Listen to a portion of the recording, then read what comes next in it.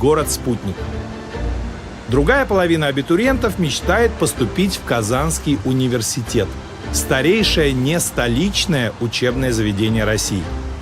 За более чем 200-летнюю историю университет дал науке 80 действительных членов и член-корреспондентов Академии наук.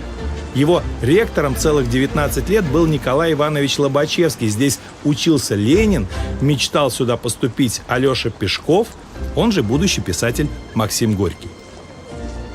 Жили-были 4 брата. Осиротевшие, они переехали в Казань к своей тетушке и поступили в Казанский императорский университет.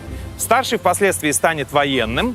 Второй по старшинству оказался удачливым конезаводчиком. Третий выбрал государственную службу, а самый младший, увлекшись балами, светскими раутами, вообще забросит учебу.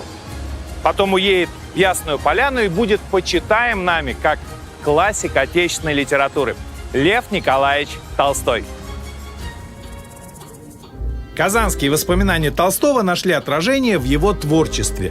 Места из таких произведений, как «Детство», «Отрочество», «Юность», «Утро помещика», «После бала» легко можно узнать и сегодня.